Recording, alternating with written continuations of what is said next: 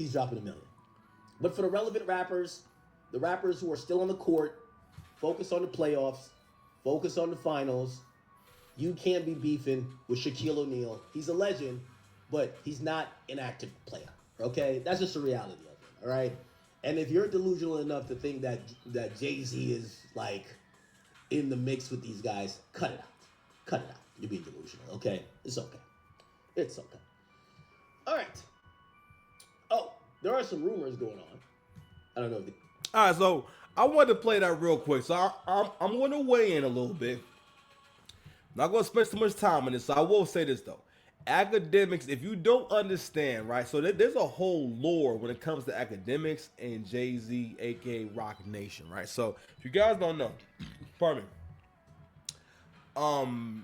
As recently as last year, Aiden Ross and academics were in a deposition with Rock Nation with some kind of lawsuit, right? I believe it was in linked to like a defamation suit for Megan Thee Stallion, I believe. I could be wrong.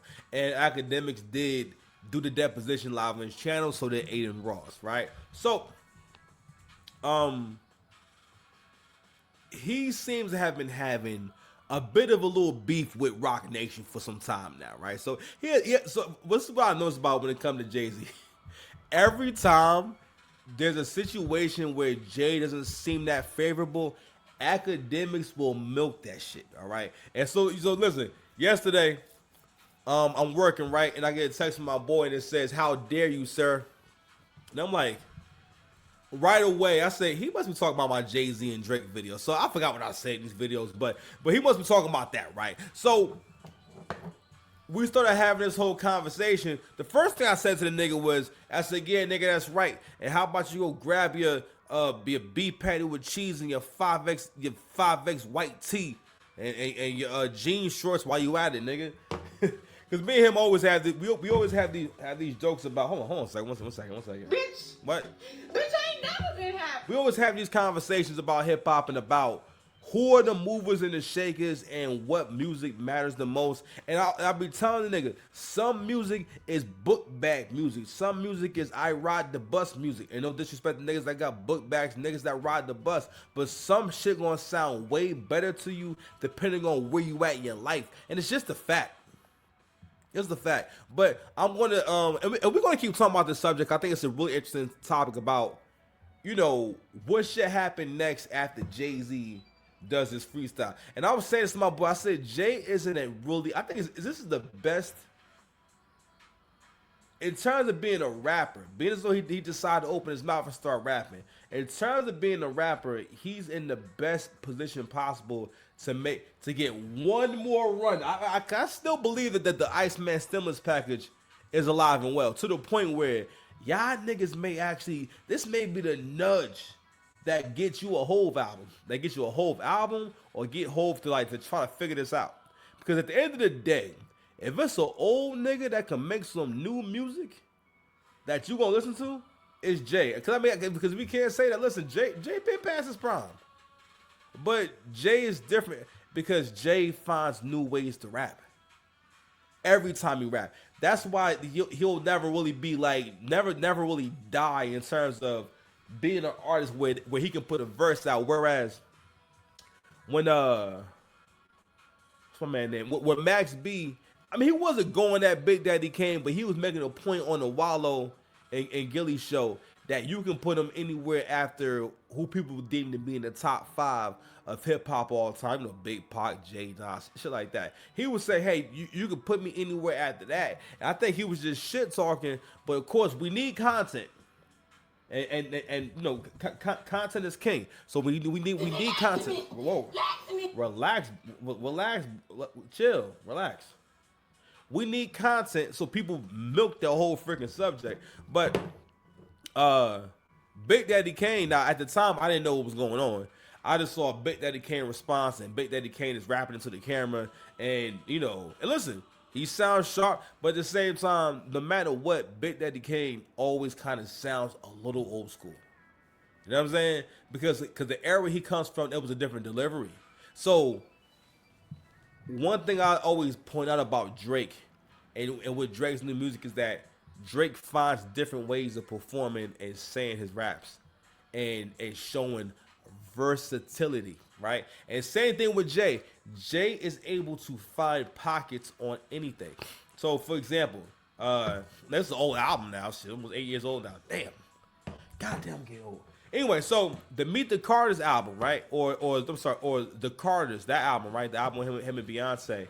Like, that was an amazing album to me, because it was really Jay again on newer beats, doing new flows and new verses. Or back in 2020, because for the most part, the Jay Electronica album is kind of a Jay-Z album, sort of. You know what I mean? Because Jay's just giving some amazing fucking verses that he'll never perform no way.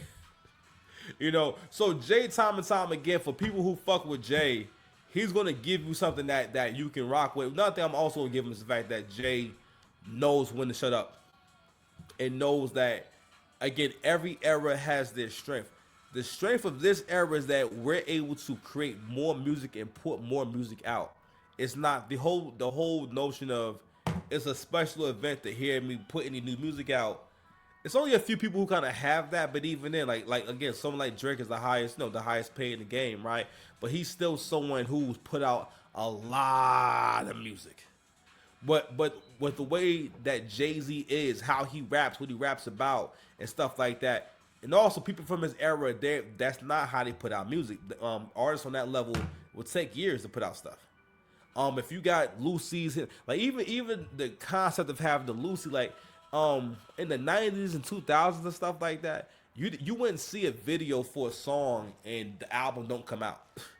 Very rarely would there be video shot, would there be songs put out there and whatnot, and there's not an actual album release date that come with that. Whereas like now, the artist can say, you know what, I'm going to put this song out, and the song could be everywhere that night.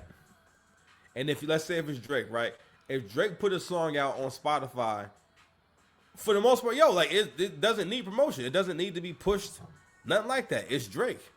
People are going to go at least try to go hear what it sound like first.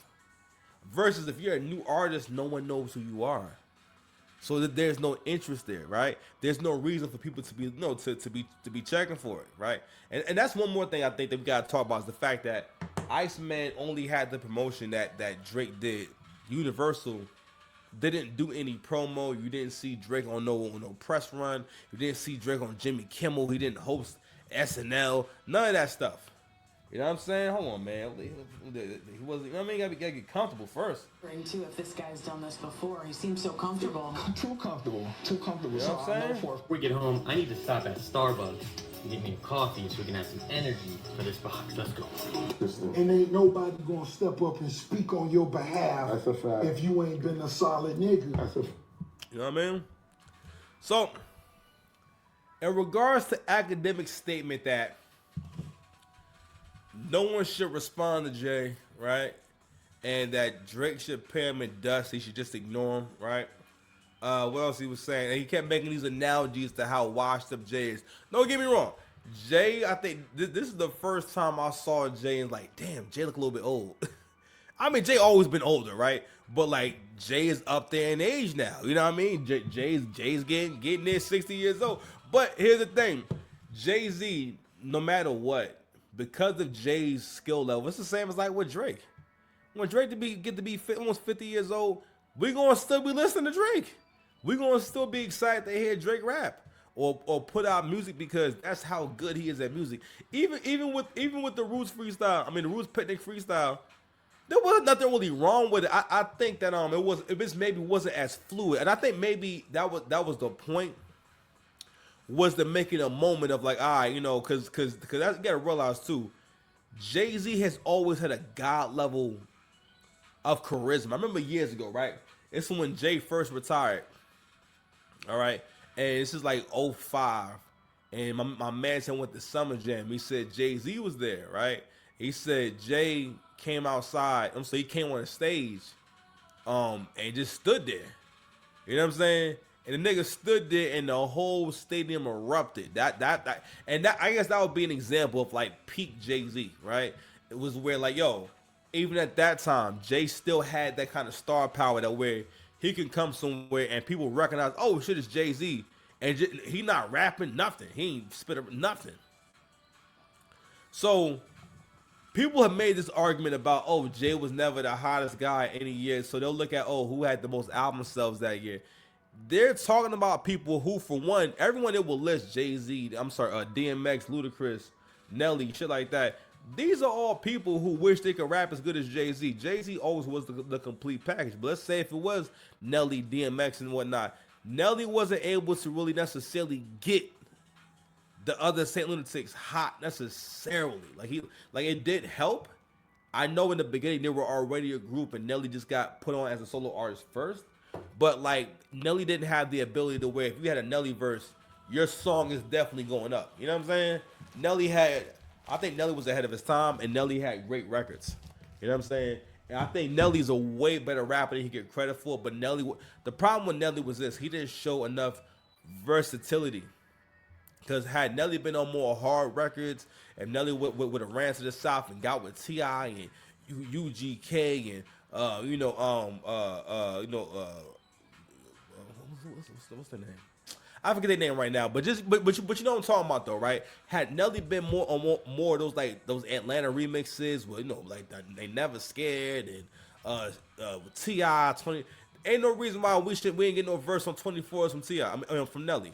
And I think Nelly didn't do his kind of collab. So being as though Nelly didn't get those kind of looks, it didn't give him like that. How can I say that the diversity his catalog needed to get that kind of respect. Not only that, down south niggas didn't do freestyles, or down south niggas didn't do verses that show skills or show how good they could rap. You know what I mean? So anyway, so people will make this argument that because Jay didn't have the highest sales that year, that he wasn't the top guy.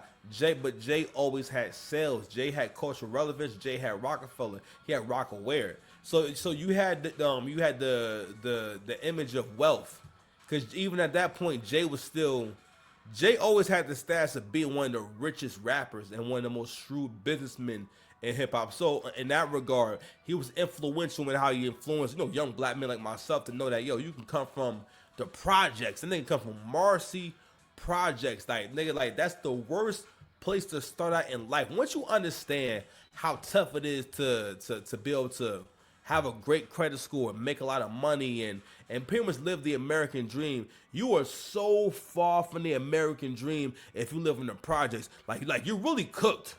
All right, far as like trajectory wise, ain't nobody gonna speak on your behalf. You know what I mean? You really cooked. Step up and speak on You're your cooked. behalf. That's a fact. If you ain't cooked. been a solid nigga, You know what I'm saying? Like and ain't nobody gonna. your trajectory is so limited if you start from that point in life.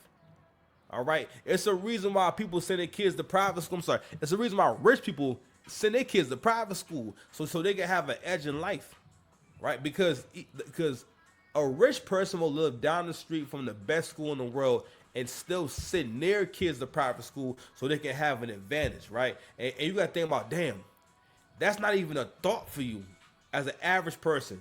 Yo, I'm going to send my kids to private school because I can afford it. Now let's think about when you start in the projects with pissy hallways. It's piss in the hallway. Crackheads everywhere. More crackhead relatives. If you live in the projects, you definitely got a crackhead relative. Definitely got some sketchy people around you. Can't nobody come visit you. I ain't coming to visit. You know what I'm saying? But think big, bitch. You know what I'm saying? Small. What? We need to be thinking big. You know what I mean? Bonnet down, legs up for about an hour. For about an hour. Too, if this guy. You know what I'm saying? I'm not coming to visit. But I'm just saying, so like that's how fucked up you are in the game if you start at that point, right? So the idea is that, yo, I come from nothing. I come from no money, right? Unless you believe in conspiracy theories.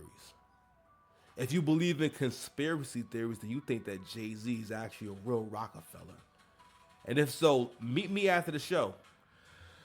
I'll be at the Starbucks wearing a trench coat, big ass fedora, and dark sunglasses with my legs folded, reading newspaper. I'll be there waiting for you. Don't worry about the time. Just show up there, and when the time is right, I will appear, or I'll already be there, and I'll be comfortable. You know what I'm saying? Wondering too if this guy's done this before. He seems so comfortable. Too comfortable. So I know for a fact that somebody that comfortable with it. These things are true. I'll give the Tasha K disclaimer because this actually came from Tasha K. Tasha K is supposedly, she supposedly put out this rumor. She said, whoa, I just got word that allegedly Jayz kicked out Ruri and Millie Mall out of his section. Millie Mall. Now, that's kind of interesting. I thought it was a concert or like a festival. I didn't know this was a club, the section, but okay. She says, he allegedly told them, I thought you were both Drake fans. Then proceeded to kick him out. This is bad news considering they are Rock Nation talent. They're actually signed to him. She says everything's alleged, even her name. Now, I believe... It's what I'm talking about, too. Like, academics, y'all, we're talking about academics. Like, with this, right? I'm going to make this as a point. With this, I realize how powerful academics really is. Like, academics is really powerful. Right now, he's using his power on purpose, where he's effectively helping to step on Jay-Z's moment. Because the freestyle was dope. I mean, like, Jay had like mad quotables in that shit. You know what I mean? He had mad quotables. I mean, it was really dope. It just was so random. I don't think no one was expecting it. And when he's had these moments, it wasn't at the same time that the Drake album is coming out. And the overall perception is now you're saying, all right, I'm ready for one-on-one smoke with Drake. In so many words, because the timing is all right. Right now, it's Iceman season right now, right? But I will say this though, I do not feel as though Jay-Z is someone that should be ignored or no one care. Nah, people care a lot. That's why y'all are making content about it. I mean, and I made this point before about when it comes to content, right? We all need something to talk about, and we all need videos to make. So we need to have hot takes. We need to be able to make videos that make people want to click and see what you're talking about, right? But let's keep it a stack here. There was no reality where Jay-Z puts an album out and y'all not want to all listen to it. We're going to all listen. If you over 35, because it doesn't matter if young people, if the YNs in particular don't get it. They don't really have to. Actually, they do get it. You know what I mean? Because Jay has recent work from the time where they've been alive.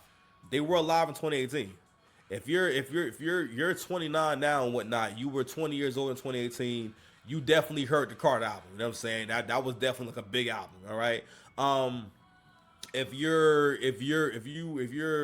let's say 35 right now, right? That mean that okay, boom, 10 years ago you were 25. That's old enough to like have heard 444 and Magna Carta and stuff like. You know what I'm saying? So these are all albums that you heard growing up. You know what I mean? So it's not like Jay. It wasn't like when I was younger, where it's like Big Daddy Kane wasn't putting out anything people wanted to hear. Mind you. Even when I was young, Big Daddy Kane wasn't popping in that way. Like, people wouldn't get excited like that. People respect Big Daddy Kane and respect that he's one of the first, basically rappers that have motion. In terms of, rapping about shit that niggas actually care about. And rapping fly shit, you feel me? It's just that at the time, there was no way to be as big as you can be now as a rapper. Back then, they didn't have all the endorsement deals. They didn't have social media where, if people know who you are, let me tell you something. If you got 100,000 followers on anything, you could definitely clear $1 million a year. Like back then, making $1 million a year when Big Daddy Kane was popping or in his prime, that was a lot of money, right? Whereas now, you got people in hip hop who don't even rap. Let's say someone like a Whack 100 comes to mind. Whack 100 is someone who understands or understood hip hop or understand entertainment to the point where he was able to remain relevant, actually become like a whole personality in social media. Just ahead of his time. Him being on the No Jumper podcast and just being online, being a part of streams and stuff like that. Because it's really his old nigga, right? This is someone who's really up there in age, but he still managed to be relevant by understanding the technology and understanding, all right, things have changed. This is where we are now. All right. But going back to the whole power thing, academics is using his influence and his power to how can I say? So for the most part, a lot of people's opinions on this subject, because you got to realize that when academics says things, the impressions on his videos are crazy because again they get reposted a lot because a lot of pages need content. So this is a really hot take. Jay-Z is washed. Jay-Z is. Now, we all know that Jay-Z is not a top. You know, in terms of people who are outside, he's right. He's not outside. You're right. He's not necessarily competing with the newer talent, but it's not really about that with Jay raps because Jay's already done that. Because of Jay's status in hip hop, which is being one of the best niggas to ever do it, and still is. I mean, if I when I thought about it, right, when I kind of let the bars kind of marinate more, I can kind of see. I think more than anything, I listen. I'm gonna just be real about it. The hair maybe messed the moment up. Okay, I think if he would have just came out and just been rapping, you know what I mean, it maybe would have been all right. But the hair was just too much. It's just all right. The first thing I hear is Jay-Z's dissing Drake. I saw the headline. I'm like, what? Jay-Z's dissing Drake? What's going on? Selma. What's going on, Selma? Selma, what's going on? I know what's going on. And then I click the video, and the first thing I see is, oh shit, Jay-Z got some shit going on. I don't know. It was weird. We just wasn't ready for it. You know what I mean? This seemed like Jay-Z's in the whole different form, and that's what it was like too. It was like seeing Jay-Z take. Like in anime, they had transformations. So it was almost like Jay-Z he transformed for the moment.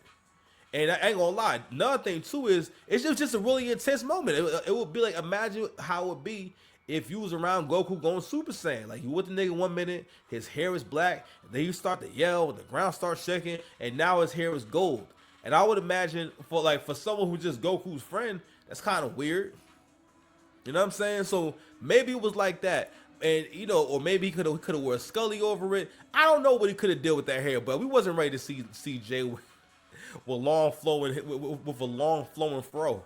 And it was a unique fro. It didn't even have like the regular shape. That shit kind of laying down a little bit. I don't know if it was the wind.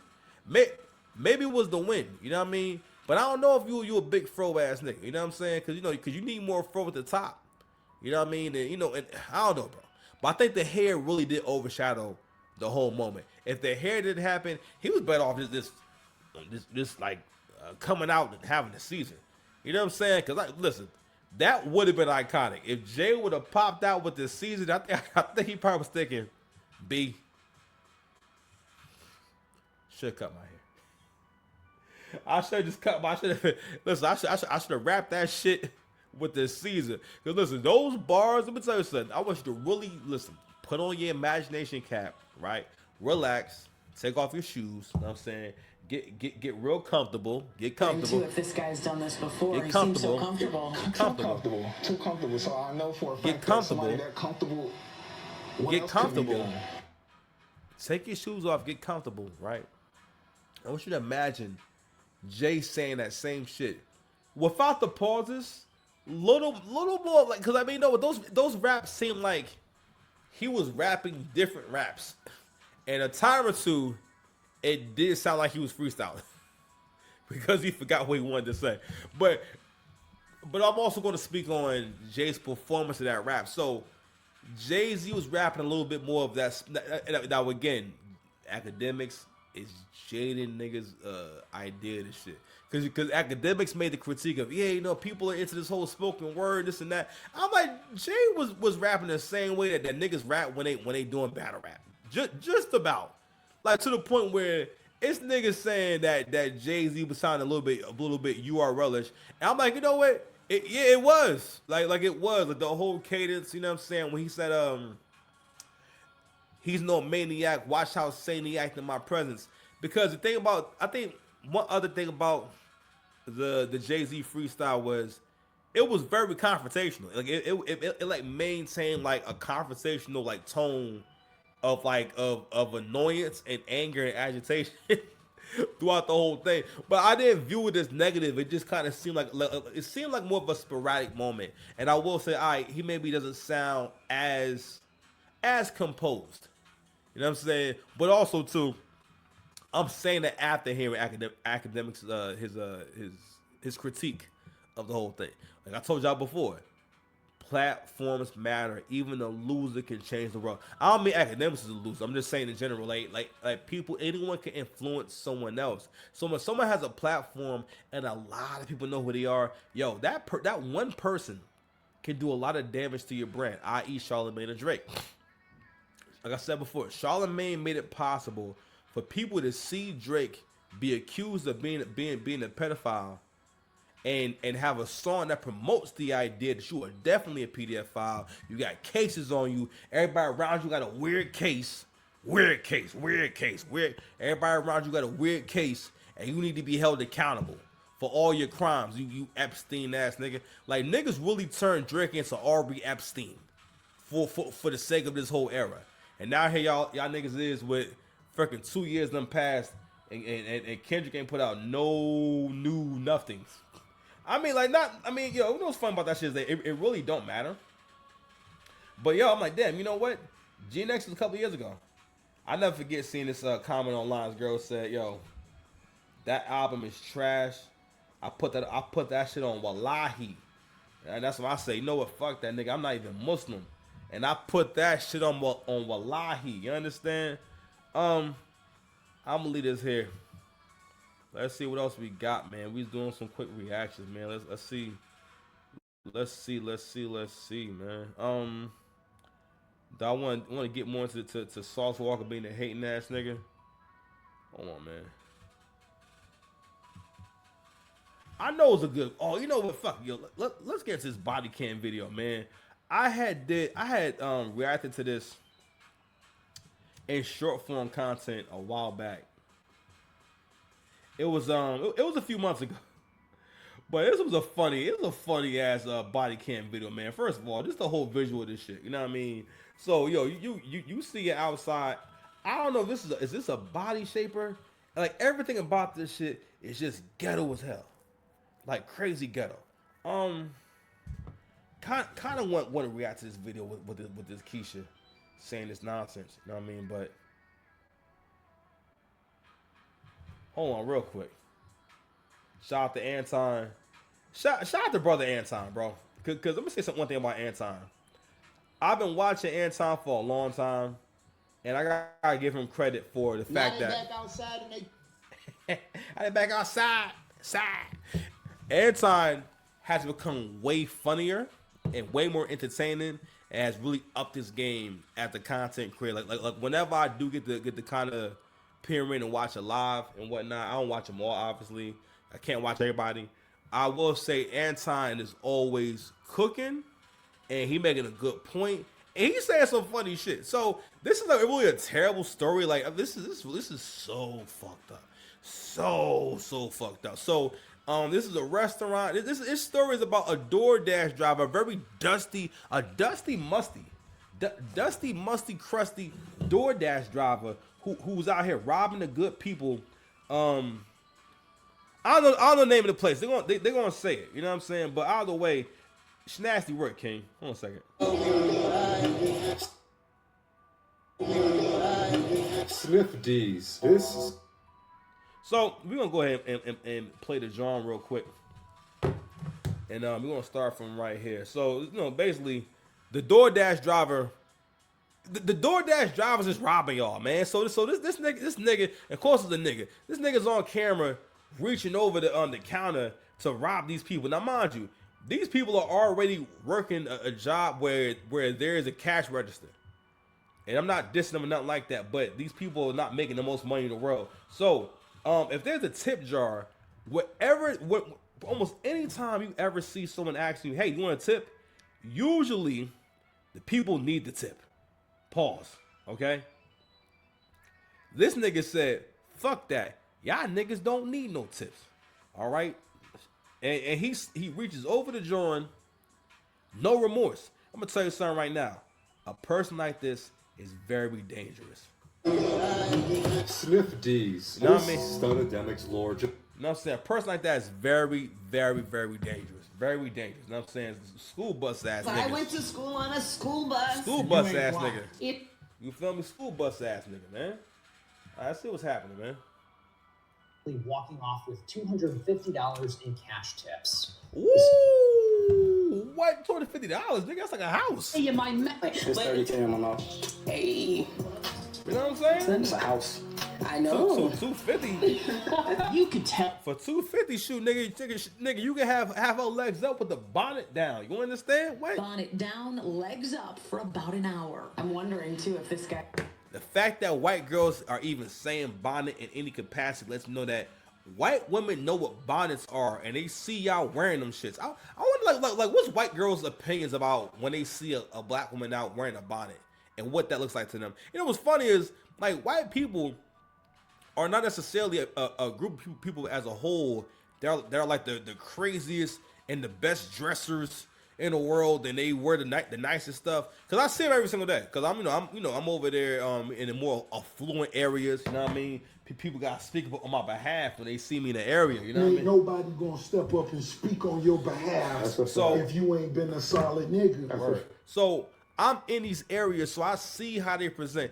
They don't have no equivalent to the bonnet. The bonnet is the most disrespectful thing for you to ever be wearing, and lets everyone know as soon as you come in the area that you probably ain't shit. And you know what's crazy is I'm like, it was funny is I feel like whenever I see someone wearing a bonnet, I feel as though they always look like they know they wrong. All right, if you wearing, especially if you a dude, you know you wrong. You know you dead wrong. All right, bigger to strong. You got it going on. What?